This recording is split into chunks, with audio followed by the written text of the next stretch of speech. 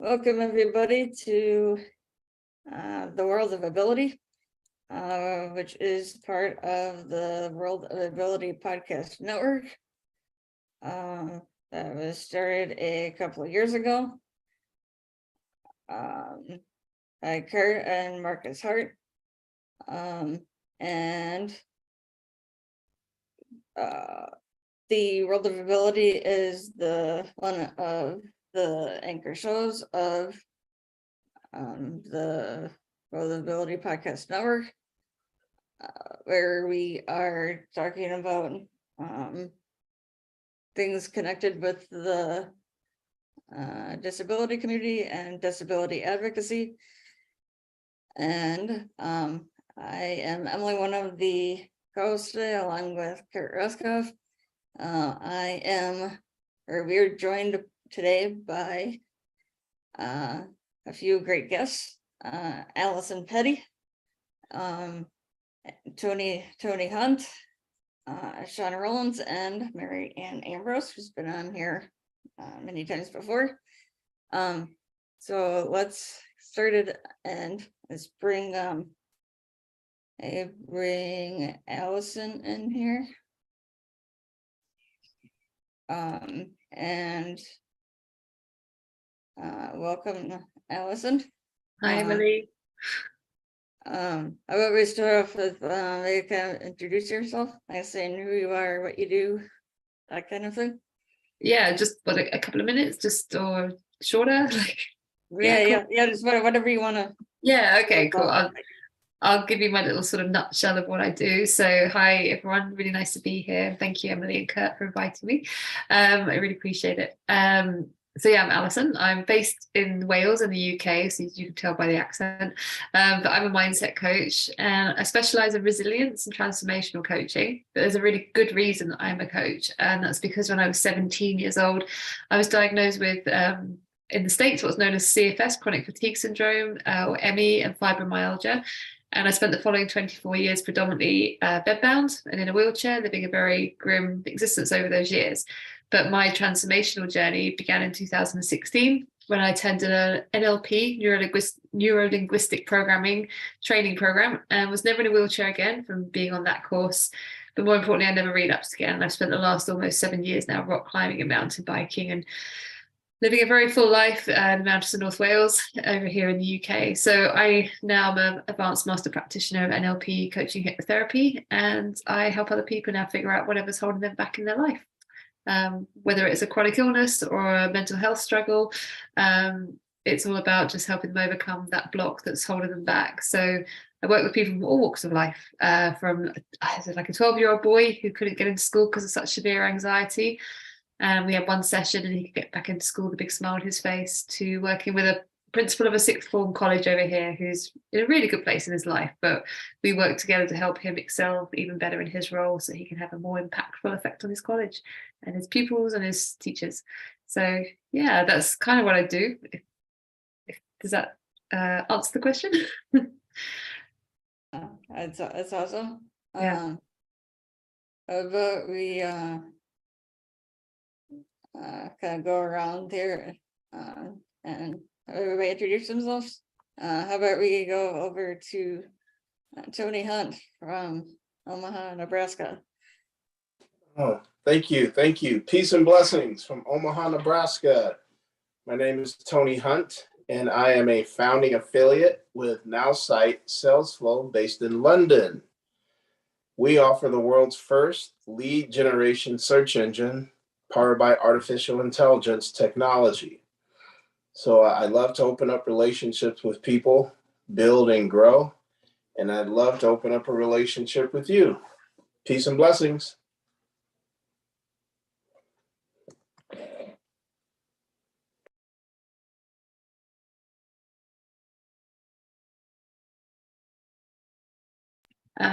Emily, you're muted at the moment. Oh, here we go. There you go. So Sean, would you like to introduce yourself? Say who you are, what you do?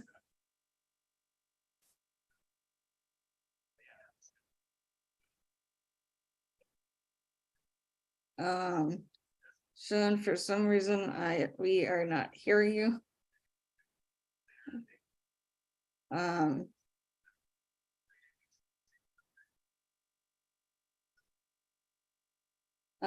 So how about we bring in Marianne? Marianne, you want to see what we already do and any updates that you have from or your at? Hola, I'm Marianne Ambrose. I go by Marianne of YPP. 32 years ago, I was a case manager with mentally ill deaf adults at an agency called Transition Support Programs. And I lived in Hawaii for over a decade on a sailboat and had a beautiful dream of living and interpreting for a deaf man for over a decade. So I am currently now residing in San Carlos, Mexico. And I'm the author and application developer of the Acts of Kindness series, featuring 200 folk managed puppets. My books are written for animation movies with sign language characters and soundtrack by Hawaiian local artist Lucy and the Perfect Wave. So Allison, you're in Wales. San Carlos, Mexico. So I'd like to introduce my first book called Underwater Acts of Kindness, featuring Noah, the hardy green whale. And everyone can go visit my website and meet Dr. Fingers, the finger spelling hermit crab, and Chelsea, the courageous sign language chicken, and Eve, the finger spelling bumblebee. So yes, it's a whale watching season, and I'm looking really forward to sailing around here in San Carlos, Mexico with my neighbor on the sailboat. Some of you have followed my journey. I've lived on a sailboat in Hawaii and sailed, and whale watching over here is the orcas. So I'm looking really forward to seeing orcas over here. And the humpbacks are being sighted around worldwide. So again, everybody go visit the actsofkindnessseries.com website. All classroom teachers, United States of America, can receive copies of my books for free from an organization, Donors Choose. That's donorschoose.org. I also have coloring books now, t-shirts, and you can go meet the characters and learn the ASL alphabet for free. And then go play the Apple app games for free as well. So far, we have several different app games due to the pandemic and stimulus. And I'm looking forward to attracting additional abundance of funding to continue the app games and to bring the goal and vision of this into animation movies like Dora the Explorer and Hello Kitty and all that. So we have 500 million people worldwide now with the hearing loss. We have millions of moms and dads coming home from being of service in the military who can't hear their own children or grandchildren. So these Acts of Kindness series, again, are going to be available for all USA classroom teachers. So Emily, what I've done now is I'm working with a Fiverr team to email blast 30,000 United States of America schools our press release kit, as well as 3,000 deaf and blind schools in the United States. Doesn't mean they can't be purchased worldwide on Amazon and Audible, but it's a gift for all United States of America classroom teachers to request these books and post it. Someone should come through and fund it, and you can read a chapter per week and then learn the ASL alphabet with the coloring books and play the app games. So go out and play. So glad to be back here. That's where I am. I'm in San Carlos, Mexico. I'm Marianne of YPP, author and application developer. Aloha.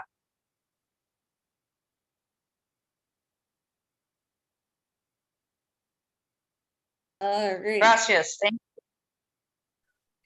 you. Um, Oh, shit. So Sean, yeah, Sean, you are on mute.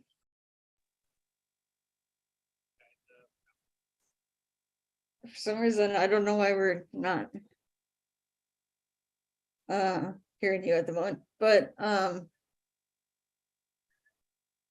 does anybody have any questions for anybody? Sony? Anybody have anything that they wanna?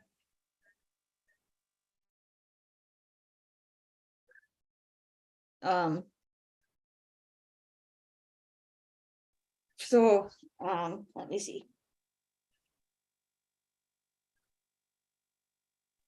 Well, who is the new person that was not on here, Emily? Allison here is here from the UK. And there's another gentleman that, And we have Sean on here who, for some reason we're not. okay, all seems right, like well, I we're have a question having- for you. Emily, can you give us an update on the Sunflower Grant Writers project of 2023? I still, I have been, having a little bit of issue, getting through to them, but I will, well, the issue with getting through to Craig and whatever, but, I will follow up with them and get back to you on that. Now this project, is for those of you who don't know, is a project out of Milwaukee, Wisconsin. That is a, what's the word, like urban revitalization project. They have had success in, other places like Florida, Texas, Minnesota. And revitalizing different things. So they are looking to do this in Milwaukee. And to have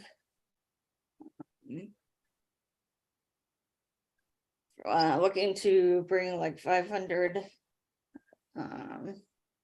jobs, are looking for 500 people.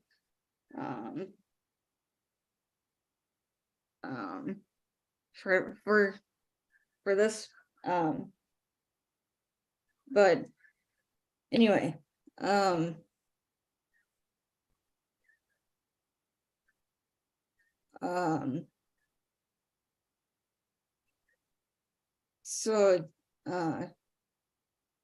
Allison, do you have any?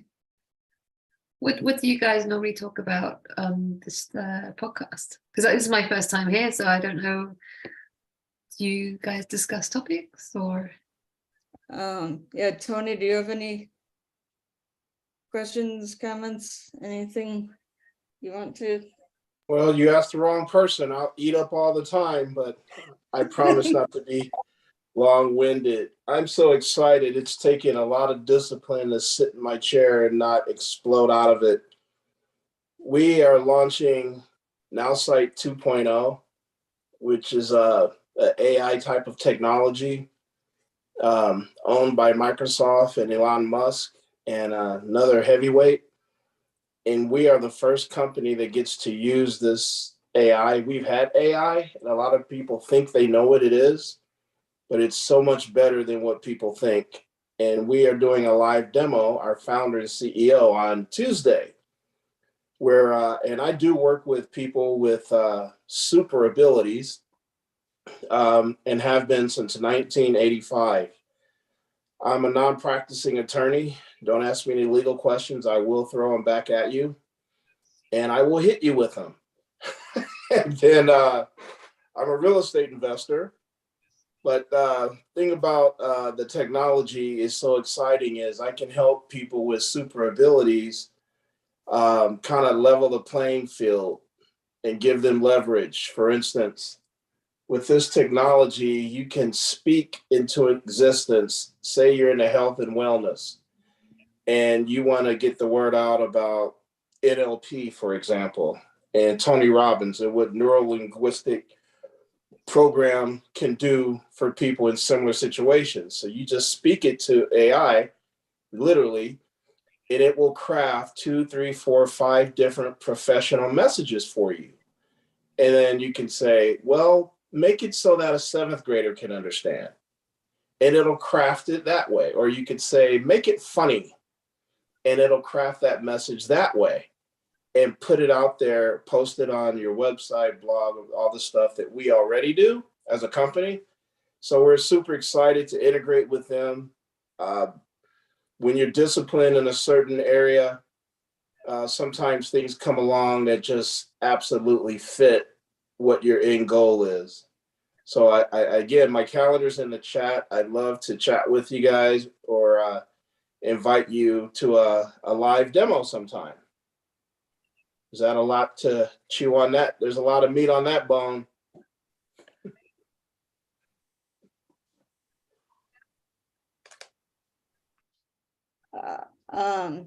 Thank you, Tony.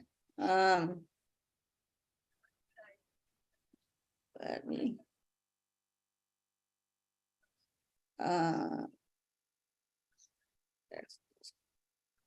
We are going, let me see. So, Marion, do you have any updates from? So no new updates from with what you're doing? Sure. Shoot, am I?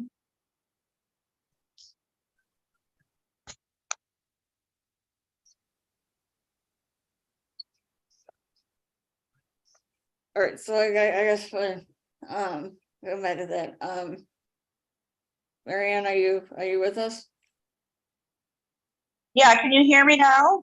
Yep, we can hear you. Okay, sorry. I'm on an Android phone. I'm used to an Apple, so. No, I just I'm getting organized to launch next month the press release to 30,000 schools and 3,000 deafblind schools, and to see what their response is back to getting my books and playing the app games. So that's currently my project, and would like to schedule a meeting with the grant writers. So I put that in your shoes for 2023, Emily. And I'm just meeting people in San Carlos, volunteering at a couple of community thrift stores. One of the thrift stores, when you purchase products from it, it's called the Roscati. They actually donate. Well, they give the money to the ambulance EMT as their salary. So it's a win-win situation. And volunteering at Castaways Thrift Store too, with the children and some of the people in the community. So a lot of people are donating and raising money, helping the community for single mothers with children. And I met a nice lady, Laura. She's working really hard to become an English teacher online with University of Phoenix. And she's a little go-getter, and she's out there putting herself out there volunteering. And she came up with some great flyers and handouts to translate the American alphabet to English, American English alphabet to Spanish, and Spanish versus that. So it's just been a nice little time to be here in San Carlos. It's beautiful down here. It's a little, there is some publicity with crime and the safety of people in Mexico here, but the weather is warming up, and doing a lot of walking, met a lot of nice Canadian people, playing some cards, and that's pretty much it. They got great music down here. The marina is beautiful. It's just been cold, and the wind, and just seeing some other parts of the world down here, and eating some of their cultural foods, and it's just a nice little community here. Hope we just all stay safe and prosper. So that's what I'm working on, Emily. So the book's on the website again. It's actsofkindnessseries.com. All United States of America classroom teachers can go on donorschoose.org and request the books. for ocean cleanup. It's whale watching season. You can eat Dr. Fingers, the finger spelling hermit crab, on the website here. You can learn the American Sign Language alphabet.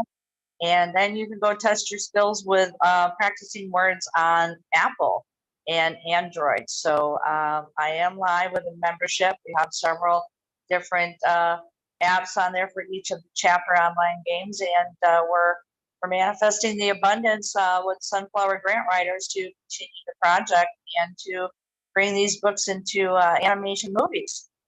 So that's what I'm up to, and again, I hope to be sailing around San Carlos, Mexico here, and I heard the orcas were coming, so I'm looking really forward to seeing orcas this year.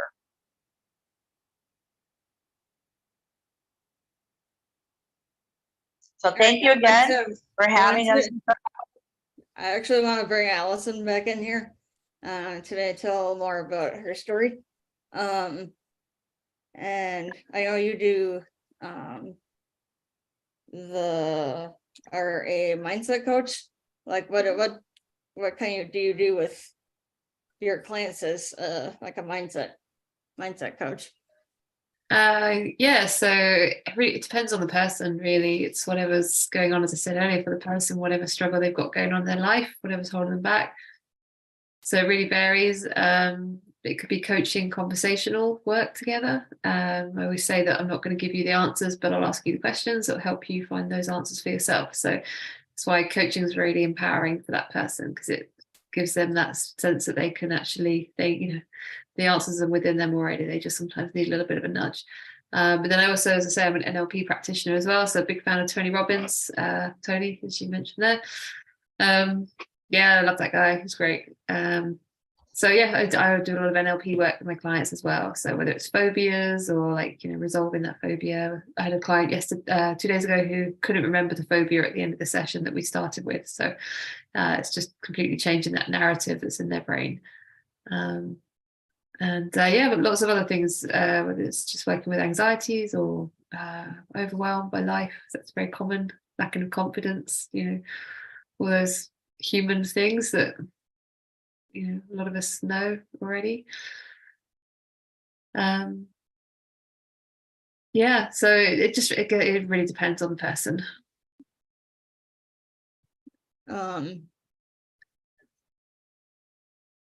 Yeah, I can only imagine with being in your situation for that long. Yeah, it was tough. I like what it would do on somebody's thinking and like their mindset and that kind of thing. You'd like to say anything kind of more about that, or kind of what you're going through, what you're going through? Sorry, how do you mean? So with my experience, how did I deal with that? Or yeah. You just have to do it, I guess, don't you? It's one of those things when you have a big challenge in your life and you got to just deal with it. It's like, what's the alternative? I certainly wasn't going to give up and just kept looking for the answer. And for me, it was NLP. For someone else, it'll be something else, but yeah, I mean, it's essentially just harnessing the neurology that you already have in your brain. It's a beautiful thing. It's right here. And you just have to learn how to use it so that you give your brain the right roadmap for your life. So yeah, it's very powerful and really good fun working with people in that way as well. I love now doing that with my clients and helping them make the changes they want to make. So like, when did you start this whole your coaching? A couple of years. Well, my business is about 2 years old, a year and a half old, but it's like maybe a few years now, really, that I've been sort of really immersed in it and loving it. But as a business, as a coach, like a couple of years. Yeah. So yeah.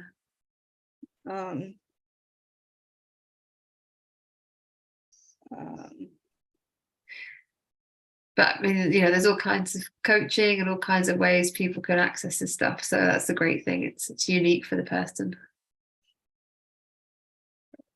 So how did you get into like the whole like rock climbing? And When I was a teenager, I just went on a school holiday and fell in love with it. We did some rock climbing, but then I became ill, and 24 years where I couldn't do anything like that. So for me, as soon as I got well, I was going to go somewhere where there was mountains and I could rock climb. And that for me was, so I'm from England. I was born and raised in England, but Wales for me, there's a lot of rock climbing there. So I moved there and I met some climbers and just started climbing. And I've just been in Spain for 3 weeks before Christmas climbing. And I love it. It's a real passion of mine. Like coaching is purpose. I've discovered what that word means now. I didn't know my whole life until I started coaching that's for me purpose. But rock climbing is a passion, as many other things are as well. It's a lot of fun. yeah, And you get to go beautiful places and see beautiful landscapes. And I can imagine. yeah. So what were you doing in Spain? Oh, climbing in Spain. Oh, climbing in Spain. Yeah. I went out for 3 weeks just before Christmas because it gets really cold and wet here and you can't climb here in the winter outdoors. So everybody goes to Europe, Spain or Greece and goes climbing there and then comes back here for the spring when we can climb again here. So it's much more fun when it's warm and dry.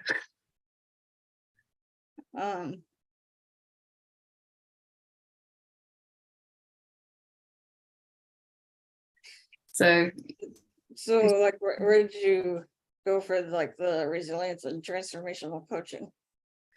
well, that's what I now do. That's what my specialty is. And I've trained in that over the last year in coaching, but so I have a really my trainer is the guy who created the NLP technique that got me well. So he's very, very good. He's one of the top NLP practitioners in the world. So I've been training with him.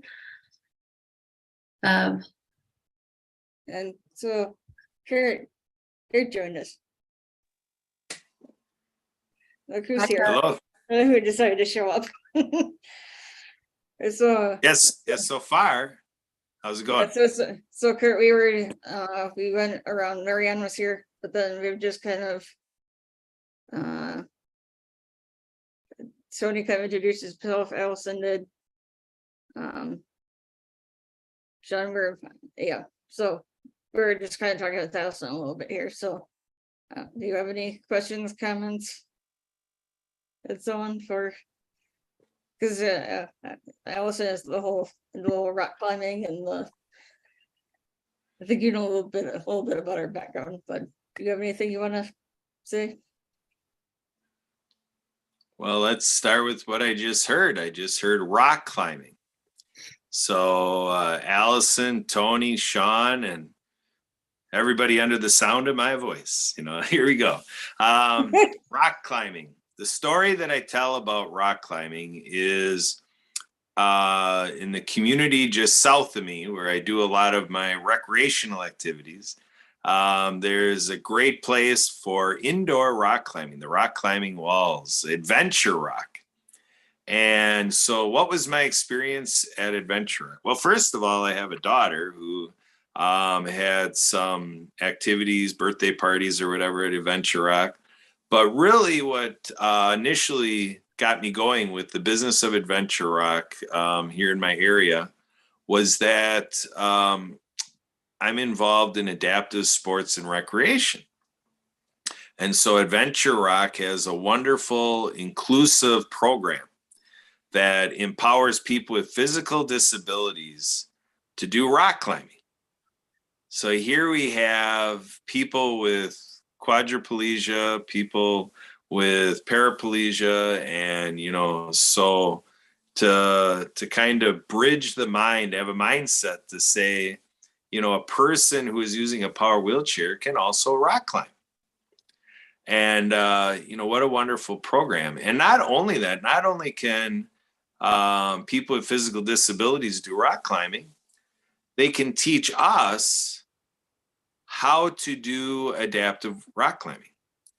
And in the coaching that we received from one of the volunteers, with participants and volunteers, an athlete, when we were working on developing this program, he had a moment where he asked if we wanted to hear something, that might suggest a shift in how we deliver the program, and with a very specific point.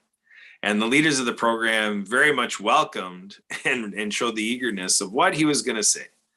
And what he said was, okay, here we are. We have a wonderful program here, adaptive rock climbing, and we're teaching the volunteers, like, okay, when you get to Adventure Rock, this is what you would do as a volunteer. And then when you get with an athlete, this is what you do with the athlete. This is how it works. And up the wall, down the wall, talk to the athlete. Okay, where do we do from here? So on and so forth. And so the competence is built with the volunteer. They have the mindset and the confidence, and, confidence comes from competence. And so they're ready to go. So the volunteer is like, all right, I know how to do adaptive rock climbing. So what this athlete says, it's all great. I mean, yeah, we need to do that, but now you're missing a piece. He said, what I would suggest is that you might add into your training that, okay, now that you know about all of it, when you get started, when you get into it, have these moments where you kind of forget about it. And you just ask the athlete, hey, I'm happy to help. Thank you for doing rock climbing with me. How would you like to go about this? Or what do you know about rock climbing? And to just start from where the athlete is at, and the expectations and the experience of the athlete. Because he's like, what's happening is, as an experienced athlete, these volunteers are coming in here. You need to do this, you need that. I'm going to do this next. Okay, I'm going to do this, and getting ahead of the athlete. And then all of a sudden we're sitting here like, well, wait a minute. I'm the person that lives with this physical disability 24/7, 365. And this isn't my first day at a rock climbing wall. I think I know quite a bit about how to do this, and, so he's like, it's fine. We as athletes, we can work to continue training with your volunteers as well and do our part. But it's like, since you heard me out, you might want to add that into your training. And that's what happened. And my story is more an adaptive water ski. So what that empowered me to do is to leave that adaptive rock climbing wall experience with a different mindset of how I'm going to continue the adaptive water ski program. See, that to me is one of the nuggets that the disability community taught me. And I'll tell you what, there's a pile of nuggets that when you pile them up, you wouldn't even, if it was in front of me, you wouldn't see me on the camera. There's so many nuggets, but that was one nugget. And I've reached a day where I profess my relationship with people with disabilities that I'm in awe. I'm awestruck. That it's like, wow, I totally for 40 years had the wrong idea about my friends in the disability community and the entirety of the disability community. 2 billion. That is billion with a B, ladies and gentlemen. Billion with a B, 2 billion people. So 1/4 of the world's population. If you didn't know, 8 billion people. There was in 2022, the 8 billionth baby was celebrated. So what a point in time we're at. So what do you think of that, Allison? Anything speak to you in terms of connecting to what you do with mindset? Well, yeah, that's a great story. And so you actually climbed yourself then as well?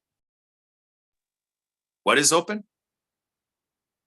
No, I was saying you climb as well yourself. Hello, can you hear me? You're asking if I'm blind? No, Climb. that she was asking about you climbing. rock So climbing. you climbing? climb. Oh no. I'm an acrophobe.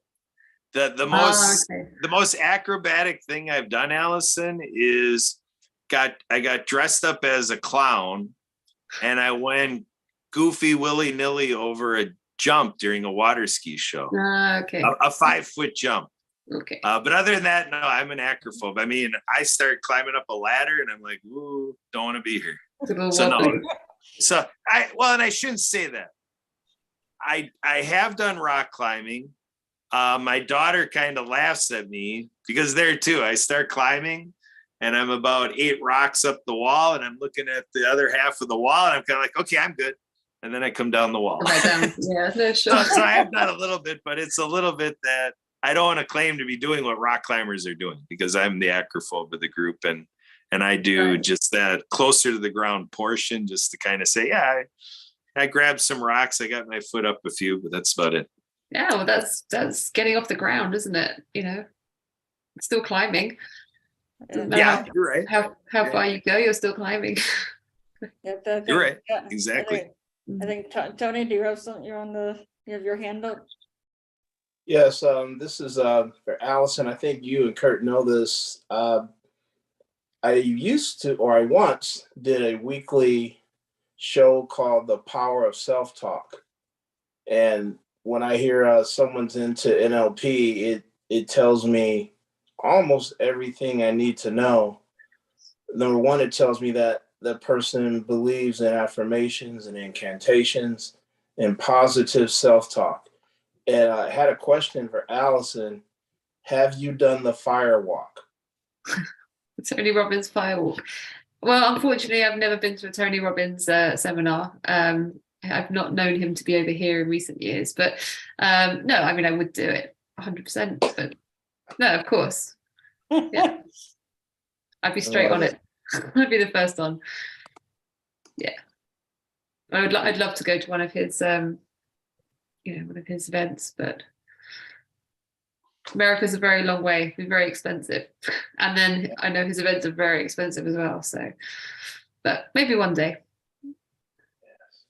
Can you tell us a story of one of your coaching clients that were pardon in a uncomfortable, unfavorable situation, and they may still be there had you not been involved? I could tell you many, I'm very happy to say.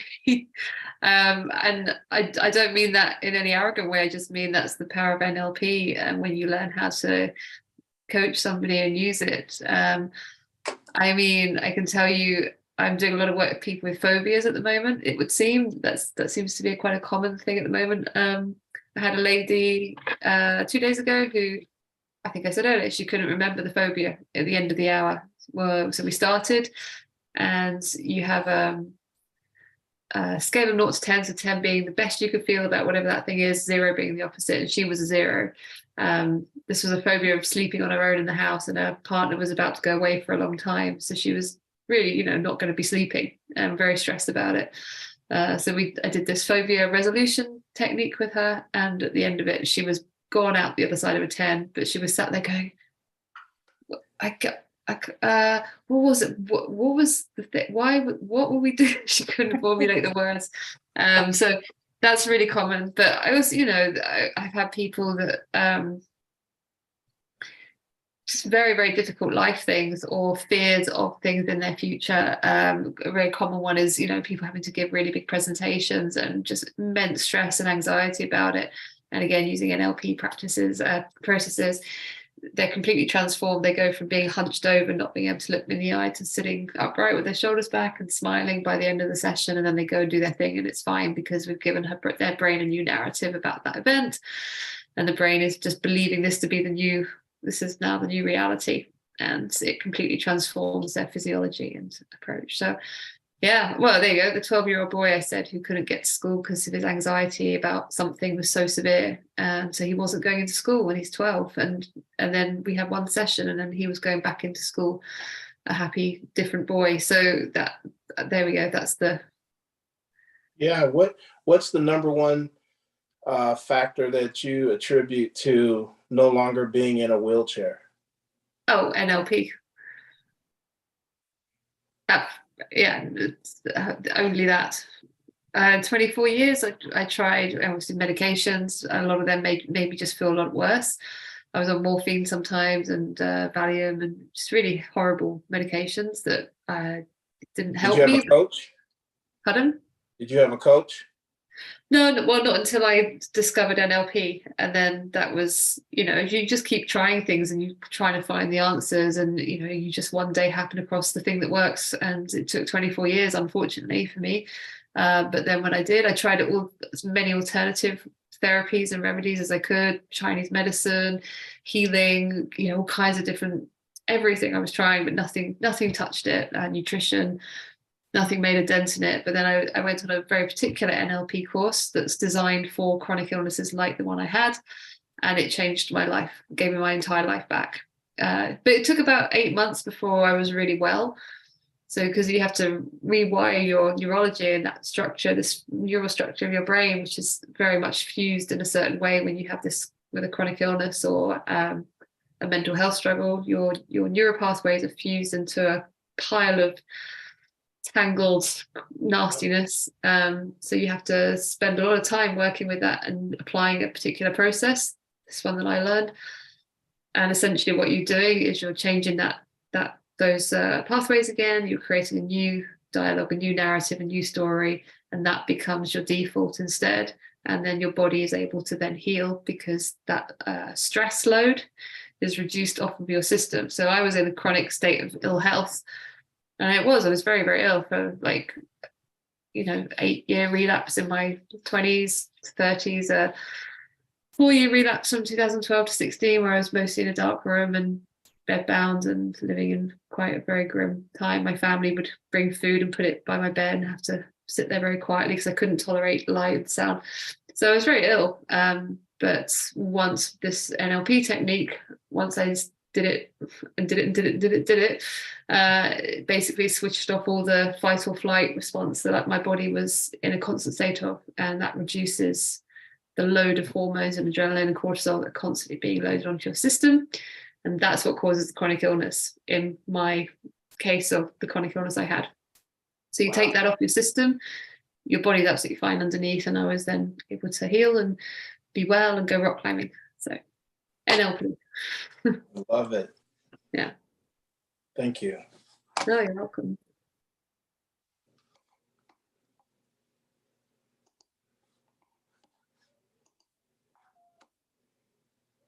Yeah, that's awesome. Thank you. Here, come in.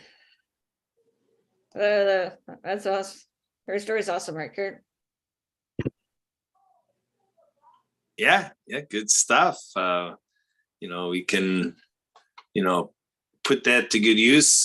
Before I came on here to the show, I was meeting with one of our friends from the Happy Neighborhood Project, and I was talking about linguistics and not really talking to say directly mindset, but kind of thinking of what we did talk about, easy segue of the stuff we talked about with mindset. There was a little bit of sharing of fear in terms of, with what our friend offers in terms of bringing what she offers to someone else. And we did have, quite an elaborate conversation about the relationship between businesses and people with disabilities and kind of the barrier between people with disabilities and products. And so I was absolutely amazed at the, at kind of the newfound idea that we ended up with for teaming up together to say that we can come together and, think a little bit more boldly about how products that we see available through the Happy Neighborhood Project and elsewhere, that we in the professional arena can maybe up our game a little bit in terms of learning the best practices and the tips, tricks, and techniques learned from the disability community and how to do business with them. So that's kind of what I'm pulling together here, hearing the conversation here and seeing how my conversation before the show actually has some intersection to what we're talking about here. Emily, you were in that conversation. What do you think? Yeah, I mean, I I mean, I didn't hear the last good part of it, but yeah, there was yeah, the whole thing of like choosing her words carefully, in terms of not to like offend somebody with a disability, that kind of thing. Right, Kurt? That's right. So Allison, in your journey, where are people with disabilities come into your journey, Allison? I mean, I don't have like a niche or anything. It's just I work with humans. So if somebody came to me with disability, I would work with them. If it was appropriate, and it's the same with somebody that didn't have disability. It's whether I felt that I could help them in some way. So for me, I'm just open to whoever's wanting to speak to me and resonates with what I do. Can I put the group on a spot? Sure. What is it, Tony?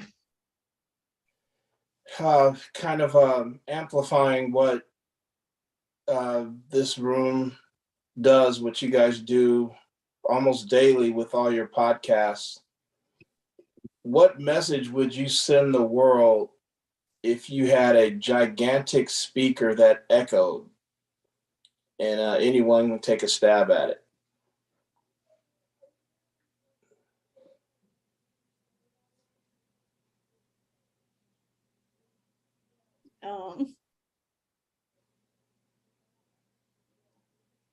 Kurt, do you want to go first? Apparently I do. Thanks for giving me the cue that I do. I'm sorry, Kurt. So this is what I have for you as you give me the cue that I do want to go next. Dr. Seuss aside, the buzzword is integration. Yes. So the friend that we just met with, she too wanted to know a little bit more of what my focus is and kind of what my intentions are, and kind of where, kind of for her to participate, like to learn, what am I participating in? And I told her, what you're seeing me go out there recruiting disability allies. And the idea with recruiting disability allies is there's not too many people in the world that you say, hello, are you a disability ally? And that they would say yes. That's a rare breed, folks, very rare. To be in a conversation, get to know somebody, ask the question, are you a disability ally? And they say yes. So the idea is, this is my work. My work is to say, first of all, I want 8 billion people to know what a disability ally is. What do you think about that, Sean? What do you think about that, Sean?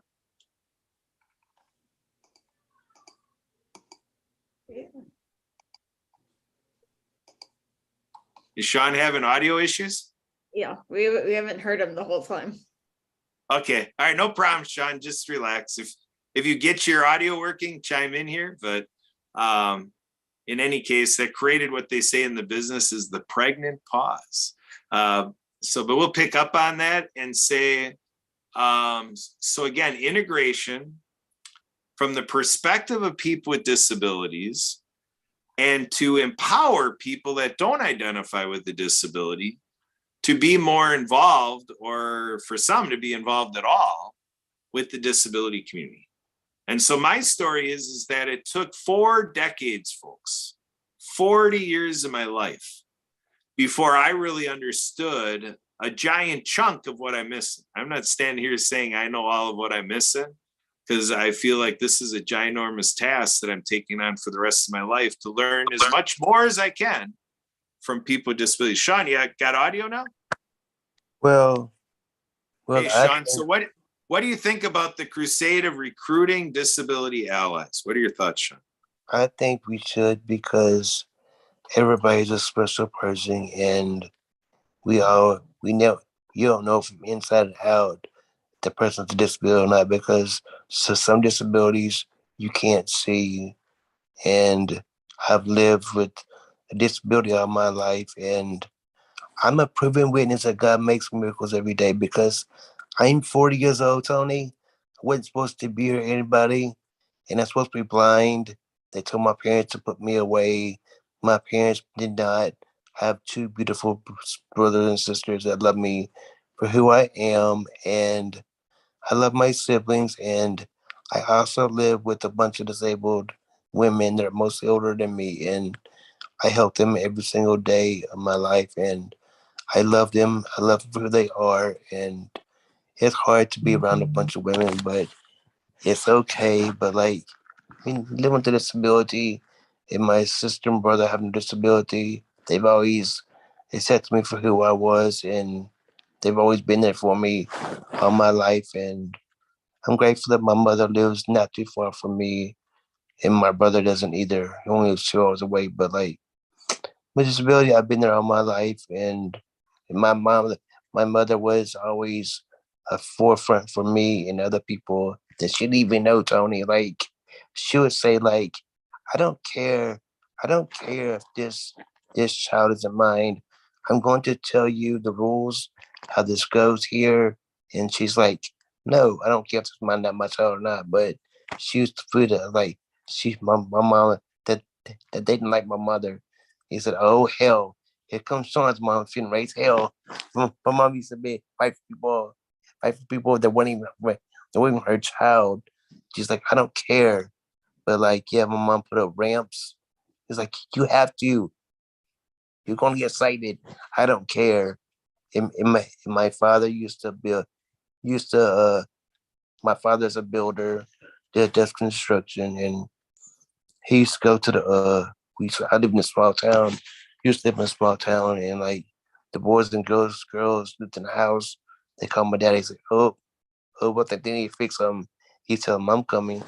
But like, he used to fix stuff, and he built houses for a living. And my brother, I love you, Tony, because my brother is an electrical engineer, and he works from home now, and he's he loves his job. And my brother's always had a job all his life, but like he loves the electric and engineering, and the rest of my family's in the medical field, and my mother is too. My rest of my family, most of them. But like, I love being with disabled people because they're my family, and they treat me for who I am, and that's what I think we should all do in this world.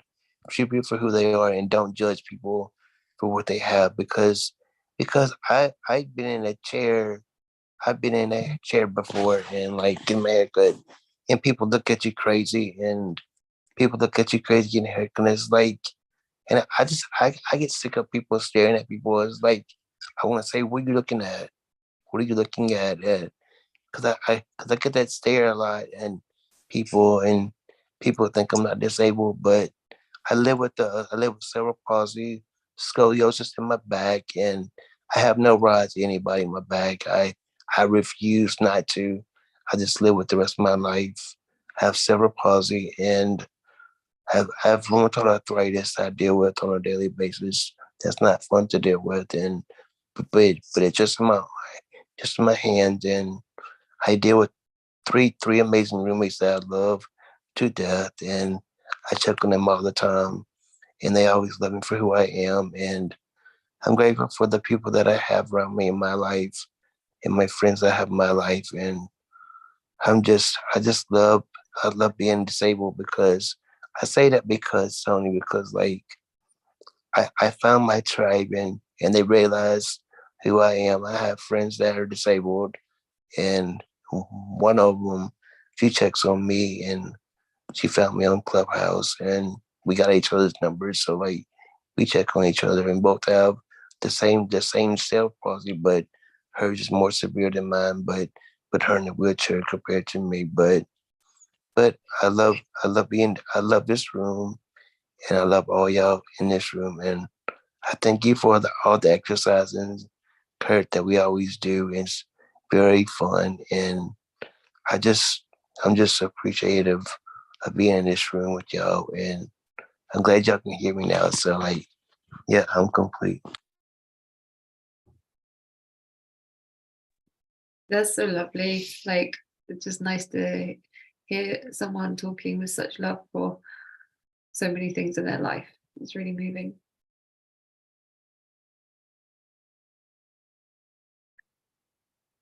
Thank you, Sean.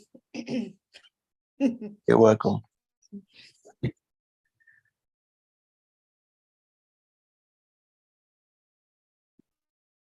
Anybody have any last?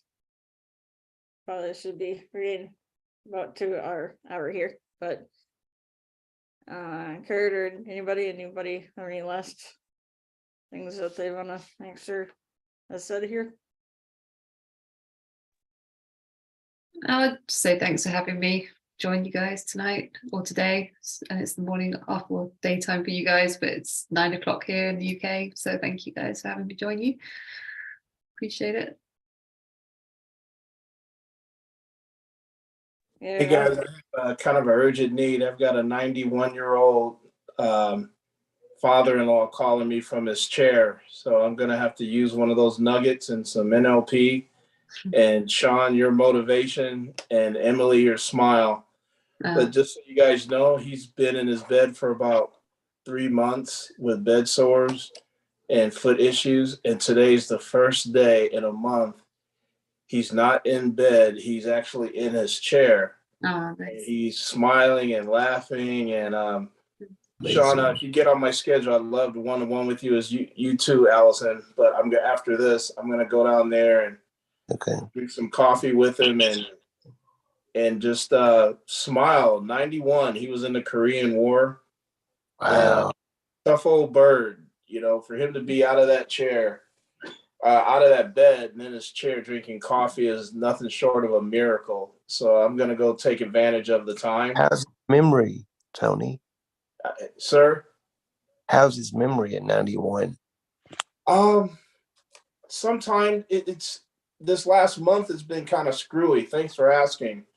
But he's got his sense of humor and he remembers serious things. We think it may be the beginning stages of dementia, but not really. I was just down there. He was quoting Bible scripture with me before this meeting. So I don't know. I'm just going to hold his hand, put my arm around him and love him. That's awesome. Yeah, we're going to watch football together. I tell him to twinkle his toes, call him old twinkle toes. Just his wheelchair, he makes his toes twinkle, just cracks me up. That's sweet. Okay. Tell him we say hi. Yeah, say hi. I will. I hope to see Nice to meet you, guys Tony. again soon. God bless. But Karen, do you have any last things for you to say?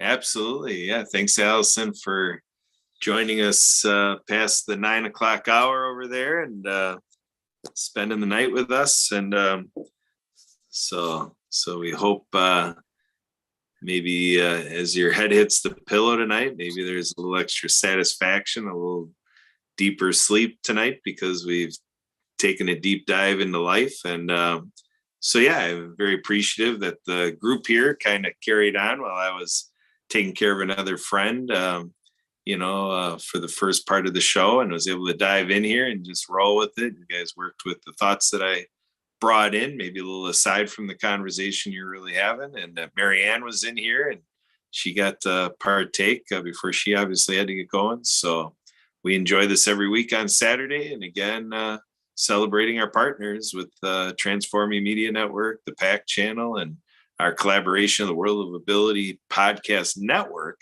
So yeah, again, this is the anchor show of the network, World of Abilities. So we welcome everybody back. Being here today is a free pass anytime, any Saturday. And we do have that radio show on Wednesdays. But that gets to be pretty late in the night, Allison. That gets to be during, kind of over the top party time for you because 7:30 goes like past midnight for you. So to get started. Yeah. It's like 1:30 in the morning or something like that. But yeah. but we're happy to collaborate even with that one and come up with maybe like some short video snippets or short little messages, PSAs, advertisements, and or just good messages to share video wise for everybody that the live session is not the right time. And then we have about 10 other shows that we're working with to help other vodcasts, creators and radio personalities and TV business. So we're creating a new show here for at the World of Ability Podcast Network that's really going to be done through directly the Disability Channel. So we're going to be having the TDC networking show. So Emily's working that one up, seeing where it's going to fit in the calendar. But Allison and Sean, if you two or either of you have any interest in the TDC networking show, let us know. It's just on the drawing board right now. We just had 2 conversations on it, but we're inviting all of our show contributors to be a part of that next edition. It's real exciting. So with that, Emily, back to you. Let's wrap this up. Let's put a bow on it. Okay, thank you, Kurt.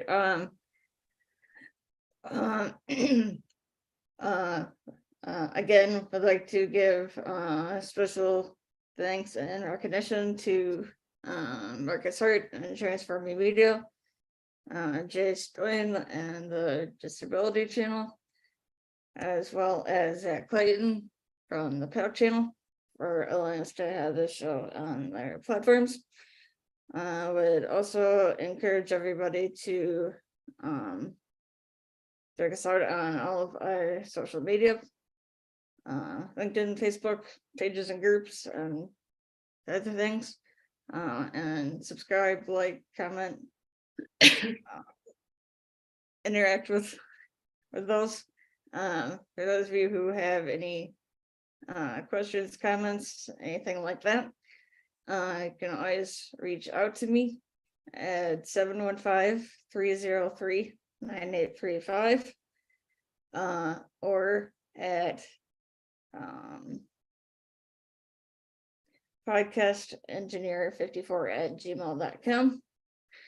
And you can also get a hold of Kurt at 262-372-1754, or at abilitymke@gmail.com.